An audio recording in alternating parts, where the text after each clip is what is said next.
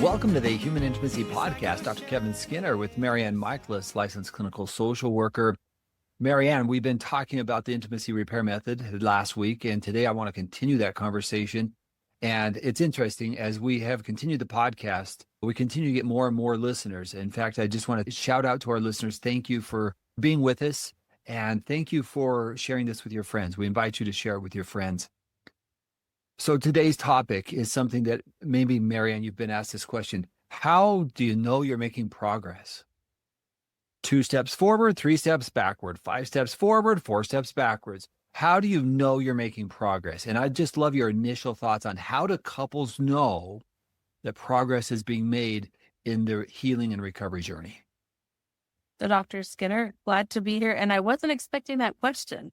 As you know, we chatted before about some other conversation we might have. So I'm thinking that you probably can anticipate what I'm going to say here. So when we're looking at a couple, we're saying, how do I know if we're moving forward? Because this is a real question. I have clients ask me that all the time. And in this space, it can be so hard to have hope. So I'm seeing some progress and then something happens.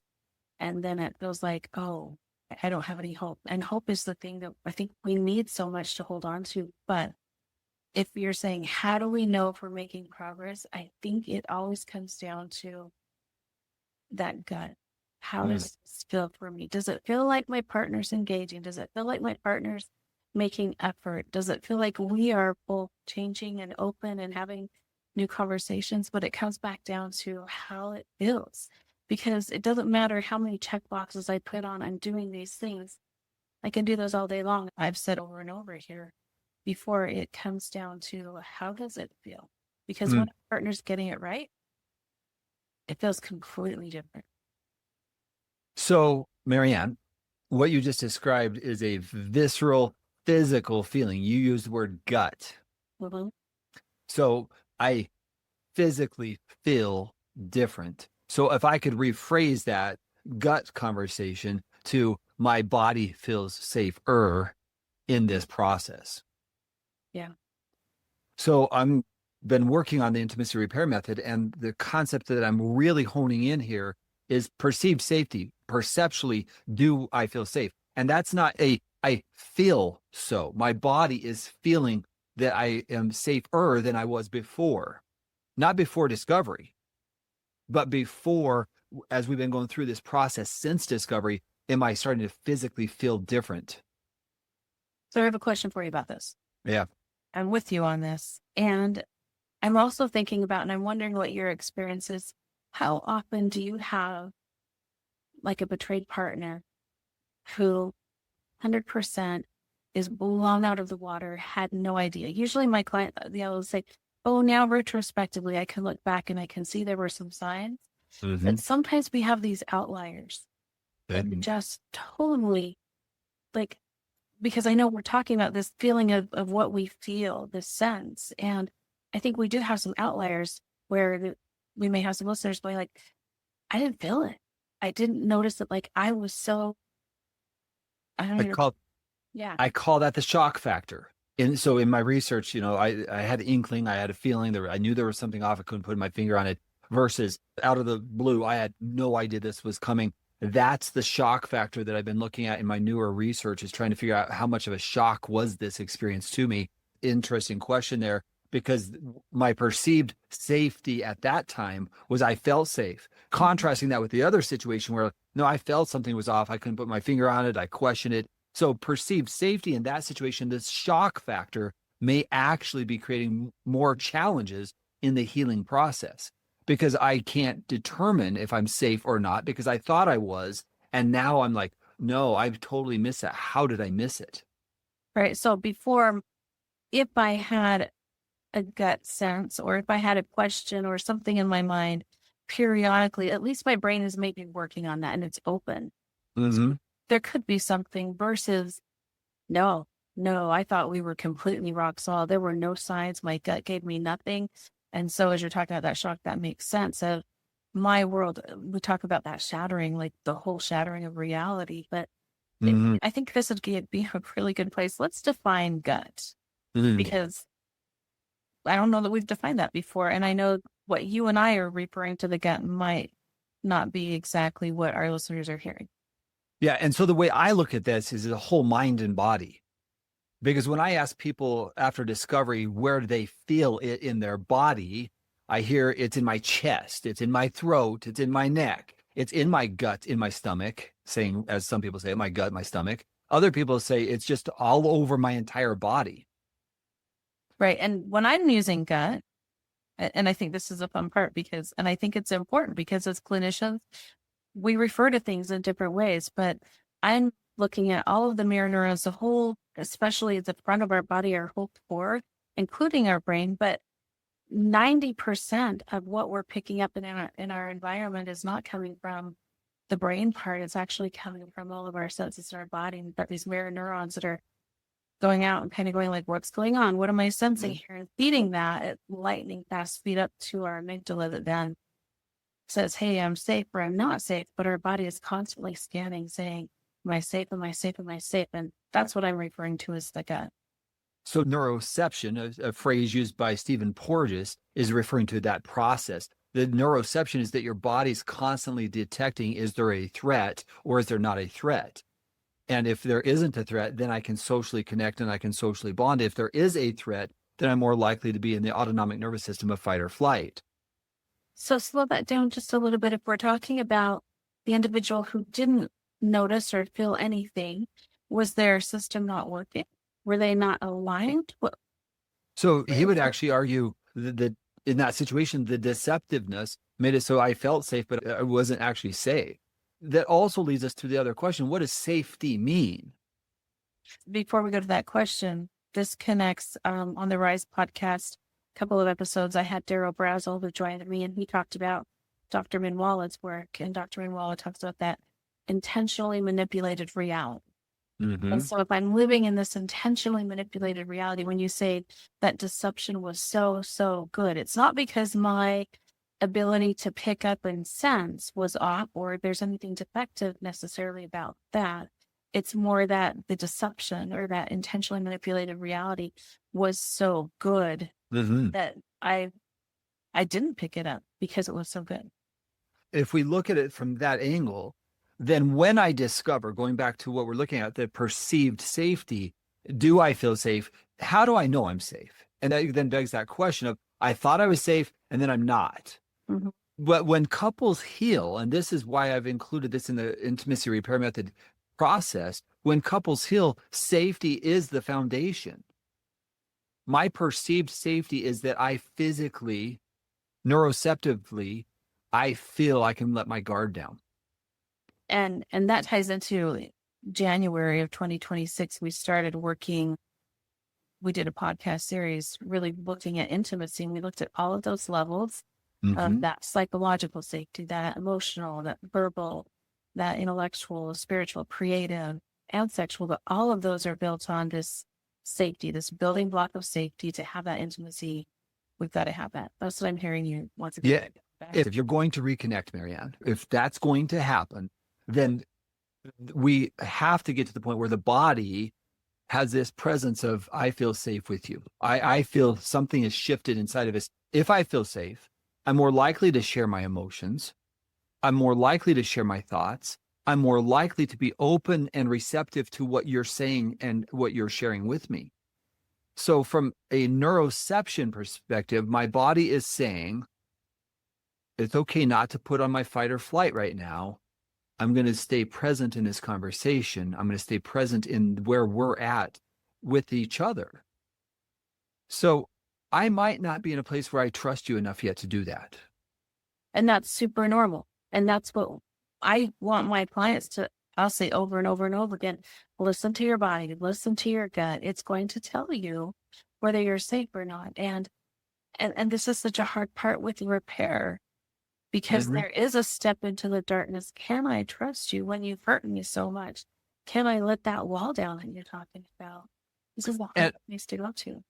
And Dr. Porges uses another term called faulty neuroception, meaning neuroception, I felt safe and I let the guard down, but I actually wasn't.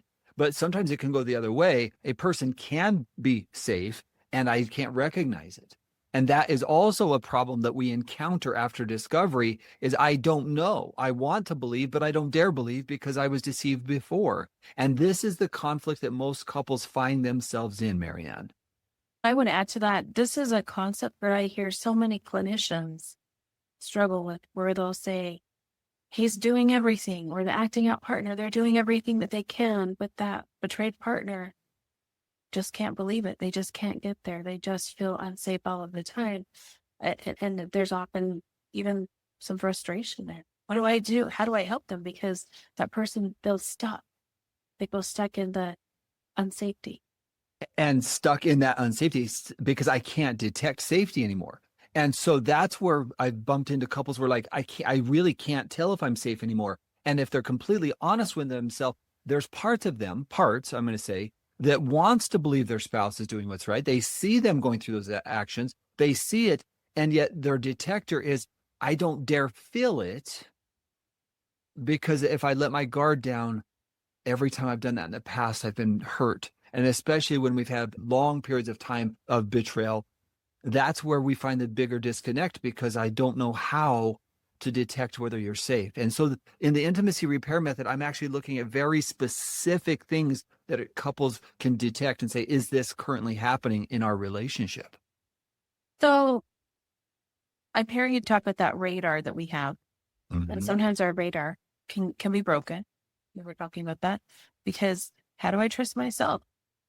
It didn't work in the past. So that's a real thing. That's reality. And I'm hearing you also talk about this, and I'm just processing in my mind thinking, and I believe this is what the intimacy repair method does, but there has to be space where we slow things back down, and we have to learn how to do this. Again, if we're talking about like sexual reintegration or sensate therapy, sensate focused therapy, we slow down and we say, hey, right now we're just going to have you like, sit next to each other. We're going to have you touch. We're just going to have you sit next to each other and let your bodies like sit in that and learn, can this be safe if we're just, it's a very slow, very progressive with very small steps. How does that apply to the intimacy? Yeah. So say similar concept, but that's way down. The sexual, physical stuff is way down the road, as we talked about in the intimacy pyramid, right? We're going to come clear back to a conversation. Just recently, I was talking with a couple, and I always do this part of, let's just have a conversation that's productive. Let's bring up something that you have not done well in the past. Let's talk about a situation where maybe a question was brought up and defensiveness came in or shame came in, and I didn't know how to respond to that. And so we disconnected and we both felt like you're not there for me. You hurt me and you're not present. You're always critical, or you're never going to let go of this. And let's go into one of those dynamics and let's do that conversation right. So instead of the physical part, I'm actually saying, let's go in and have a conversation that's productive. So you're saying, let's create the psychological intimacy. Let's like sensate focus the psychological intimacy. Let's sensate focus the emotional intimacy. Let's sensate focus the verbal intimacy. Each of these layers of intimacy that we've talked about, how do we establish, and especially as I feel like we're just hammering on this today, but we have to have that psychological intimacy to feel safe. And we have to learn how to feel safe with our partner again. So MaryAnn, if I was role playing this with you and I said, okay, so let's just take that scenario where maybe for the 10th time this week, you've asked me about a specific event that occurred. Okay. And my answer isn't any different. It's the same answer. I can't remember all the details, but this is what I remember. Okay.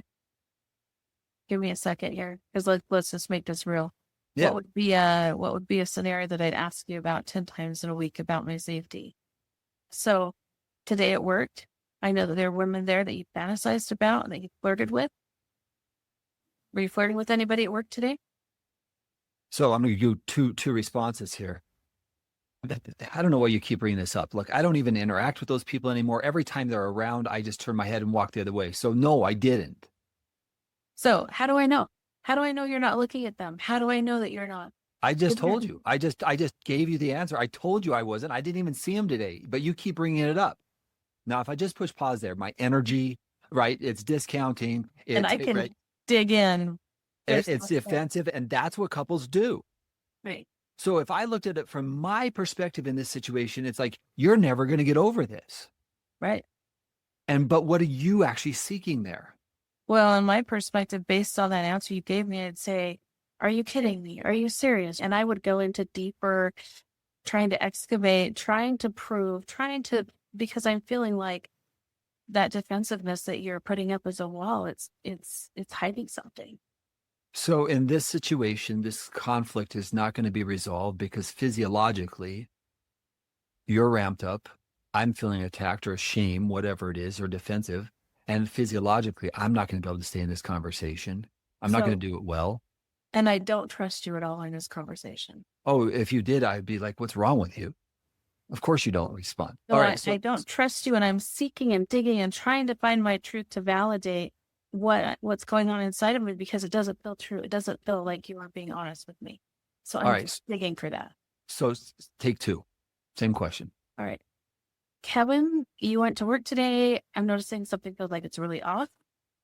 I know there were women there that you fantasize about. I know there were women there that you flirted with. Is that going on? What happened today? So I'm curious what you say, something in my behavior, something you're seeing or feeling right now. Help me understand what you're experiencing. I don't know. It just feels off. It feels off. I can tell you what happened. So when I was at work, I did not have a fantasy thought today. That was not where my mind was. I did have a stressful day today that was really off-putting. And here's what I did. I didn't see any of the people that you are concerned about. You didn't see Sheila? Not today. I didn't. And in particular, I can tell you what my stress was today. I was interacting with my fantasize. Were you looking for opportunities to see Sheila? I was interacting with my boss today, and here's actually what happened. So I was interacting with my boss today, and we got into this argument about a client that I've been working with for a while, and it was really stressful in that conversation. And that maybe is what you're picking up right now, because it was so hard. Was that a client that you fantasized about or that you flirted with? Yeah, it wasn't a client this is one of the business clients that we've been working on the agreement with. And my boss was so upset at me because I didn't do something right. And I had to own that. And I felt like I'd made a mistake, almost like when I'd hurt you. And I hate letting people down, and I've hurt you. And I feel like I hurt my work and my employment today. And that's what I'm coming with today. So this is shame. You're showing up with shame right now? Yeah, maybe that's what it is. But yeah, you're probably right. I didn't come home the way I wanted to come home today. So it makes total sense why you're picking that up. I'm still in attack mode. I'm still in digging mode. Yeah. What am I missing? What do you need? I'm trying to figure out how I respond here, because I'm noticing that I'm still like, I'm sorry. I'm sorry that was hard for you with your boss. I'm not sure what's going on, but I'm hearing you say you've got this shame, but I'm still feeling like there's something unresolved. I'm still feeling like there's something going on. That's what my body and my gut's telling me. And I'm having a hard time trusting you, because I've heard about problems with your boss before. I still feel like there's something going on. And I don't know what that is personally. All I know is that was my experience today. So I do want to acknowledge that I've hurt you in the past. I can tell you today, there was nothing in what occurred today that I would feel bad about personally. And in the past, I would have just hidden that. But today I am comfortable with where I'm at. So what am I picking up? What am I feeling? What am I not?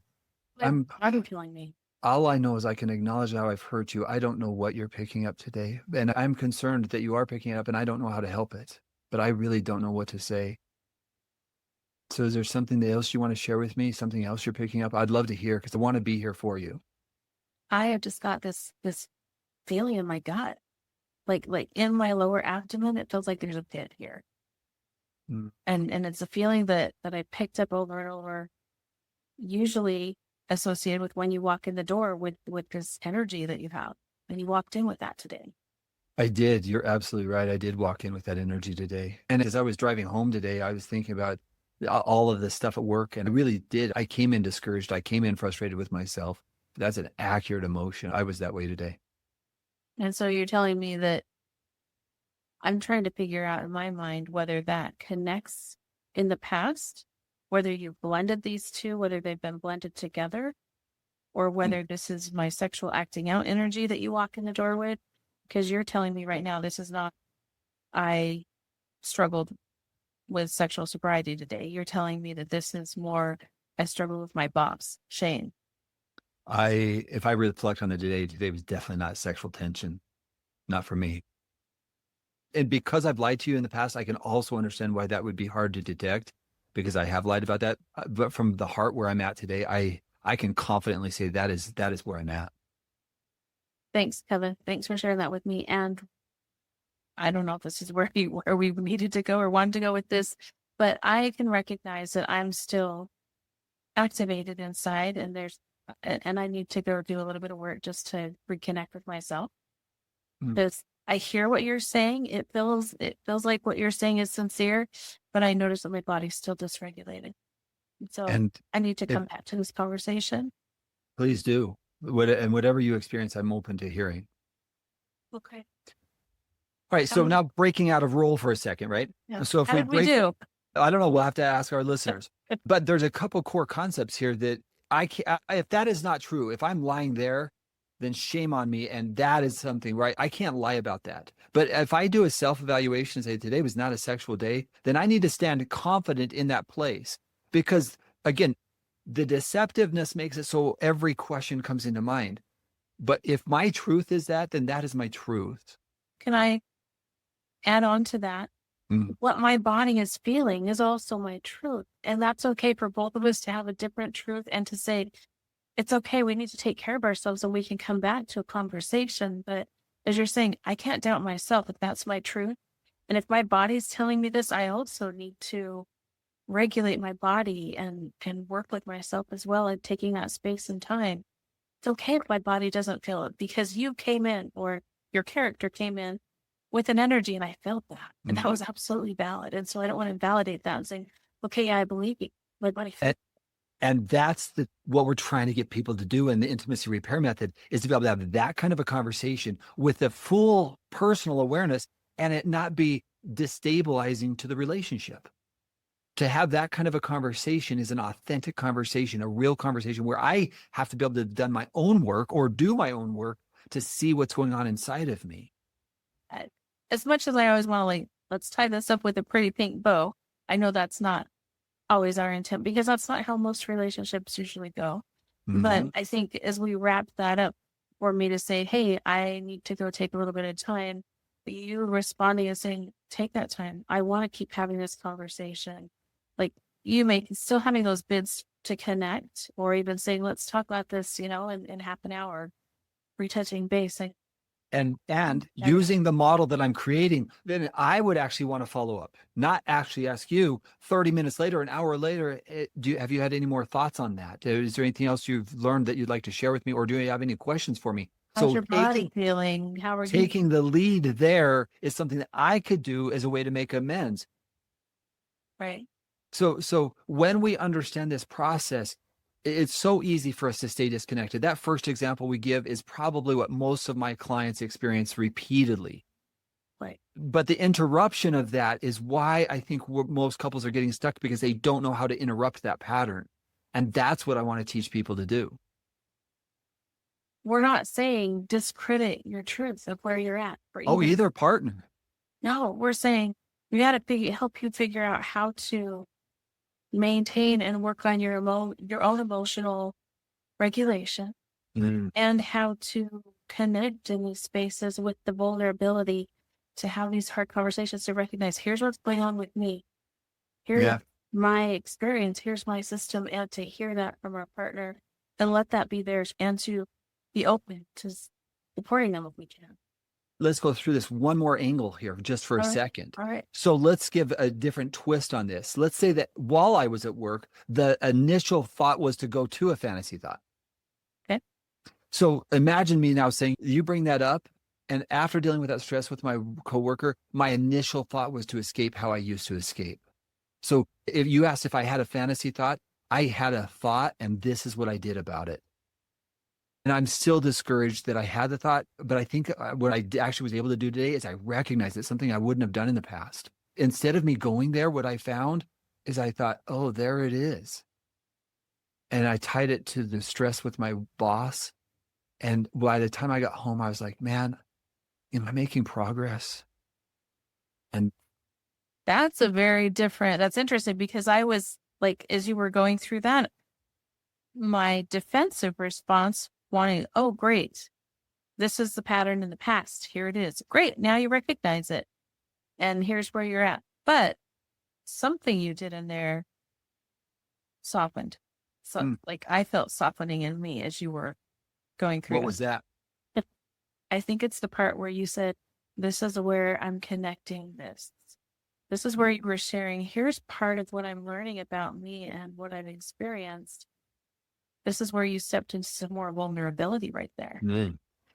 And there's self-awareness there. There's not this pattern of maybe I've been deceiving myself and maybe I did. So my point then is if I did have that kind of a thought and I responded effectively to it, then I also get to share that with you. Again, it's a vulnerability. My point then in this whole process is perceived safety actually started with myself. And as a betrayed partner, I am digging to find that safety. Because when you said, oh, I had that thought, I had that thought about going there. You're like, oh, great. How often is that happening for you? So now you're not acting out, but you're still having the thought. That's still a wedge there. And so if you ask that question, I'm going to need to reflect on that, how often that usual escape hatch was coming into my life. How much recently I need to really think about how often it's there, because I don't know if I'm even aware that that is there, but I know that happened today. And as a betrayed partner, I'm filtering through that, hearing, not necessarily say, great, he didn't act out, but this is a pattern. And great, he's recognizing the pattern, but doesn't mean that I necessarily say like that. That's not creating the safety for me that I need yet. So we wouldn't expect that. And that's where both partners have to come in and say, I don't expect that that's going to be there. I'm going to continue to have that insight and I'll share as I get that information. So maybe the next day or two, I ponder on that and I come back to you and say, you know, I've been thinking about your question there. And again, then I'm taking the lead in this process. So I want to go back to that initial question that we started with when you said, how do we know if we're making progress? If I'm this betrayed partner in this place and I'm saying, this is a pattern and I don't feel safe in that moment, that's okay. However, how we know we're making progress is that if I can sit with that, say, okay, here's how I'm feeling, here's the information. As I watch the behaviors, as they are consistent, as we build consistency, that's what I'm going to start saying, like, oh, there's progress here. Oh, every time you walk in the door and we have a conversation and you're still maintaining, here's where I'm at. I'm like, oh, okay, I'm seeing that he's making connections. He's having self-awareness. He's able to be vulnerable and share it with me. And he's owning and doing his work and working on his amends. That's how I start to feel and see, like I start to feel safe. And that's how I start to see and feel like we're making progress. So that's what we're trying to demonstrate today is this process. Both partners have the opportunity to, in that experience, to understand what's going on and to be able to communicate it. I still am struggling with safety or trust, you say. And instead of becoming a defensive me, I am able to lean into that. The intimacy repair method is actually designed to teach couples to express those truths. And this is just one of the examples that we have to go through, because it's not just the emotional and the fears. There's other forms that can help us build that safety with one another. And that's the part where I really want people to understand. This is just one small example. There's so many other possible examples that we could go through. Yeah, there. Perceived safety scale. And it's really called the perceived relational safety scale. So PRSS. And I actually have it for both partners take it. What we're going to then do is look at this perception of how I'm experiencing the relationship. So couples can then begin to talk about these types of issues in a productive way. And if you can do it in a productive way, then safety actually gets measurable. We had more conversations that were productive. We had more emotional expression that was productive. So let me back this out just a little bit. You're saying as part of the IRN, the Intimacy repair method. the intimacy repair method. As part of that, if one of these assessments is this personal safety scale, so I can take this assessment and I can look at it, and it's going to help me understand how safe do I actually feel? What am I showing up with my safety? So this is personalized for me. And what I'm hearing you say is this could be such an incredible tool to sit down with my partner and say, hey, here's some data. Like 10% of the time I'm feeling safe. 90% of the time I'm not. And for you, the other partner, that's really good information for you to understand. That's right. For me to understand my partners, this is once again about the relationship. Okay, if I know that my partner is really low on feeling safe, that's going to be really important to me, keeping that in mind of how I'm showing. If I want to repair the relationship, if I want to help it heal, that awareness can be a game changer. So this is a tool that's a game-changing tool. If we're willing to step back. But again, before all of this starts, we have to stabilize first. Yeah. Like for me, that second example, to come into that conversation, how much awareness do I need to have about myself? So when I come into that conversation, I can hold strong enough, which is another core pillar of this model, is I have to be able to differentiate myself enough to say, this was my day. Not being overwhelmed by, I was stressed. And why are you so upset? I just had a stressful day at work. And there's probably a relational dynamic where I'm on the attack. Because I've been hurt and because there's been so much deception and I haven't known my reality. That's right. I think we were probably showing up in, like on a scale of 1 to 10, we were pretty mild. And that conversation goes for hours and hours and hours at night, unproductive, wasting time. And we're both burned out. We're both tired. We have to go to work, take care of the kiddos, whatever it is. And that's the battle, to the point where we're finding that over 50% of all divorces are coming because people don't know how to resolve these. But if they knew how to resolve them, I don't know what the divorce rate would be, but there are skills that can be learned if we're going to repair it, learning how to do that. And that's my biggest concern, is I don't think couples know how to do it, MaryAnn. If I were boiling all of that down, I think you're talking about is just awareness. This is awareness of self. If I can learn to be aware of myself, then I can be aware of how I'm showing up and see how that interplay is happening. Yeah. And that's why your own work has to be there, so I can be able to do that in a relationship conversation. So safety starts with self. Then I can present myself to the relationship in a safer way, and I'm more likely to be able to see what's actually going on. So perceptual safety, when I'm stuck in a place where I can't determine safety, MaryAnn, when I can't determine it, that's a very scary place for everybody, because I don't know. I really don't know how to detect safety. And that's part of the repair process. And I want to highlight something you said earlier about that earlier example about how you had to come in a space where you had a lot of self-awareness. Right?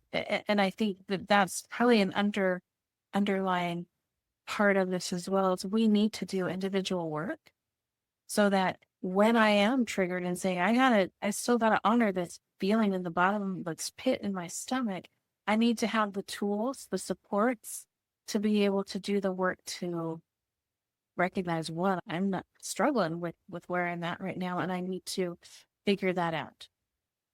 That's what I refer to as, in the model, as the stabilizing process. Okay. Right? Because stabilization is a prerequisite for complete safety. Right. And personal stabilization. Yeah. All right. Final thoughts for today, MaryAnn. This has been a great conversation. I appreciate this conversation because I know that it's needed. I know that it's needed for so many of the individuals that we work with. And this is hard work. And I'm hoping that this role play hasn't been triggering. I know that it can be like, oh, this is how it could be, but this isn't where I'm at. And that might feel hard.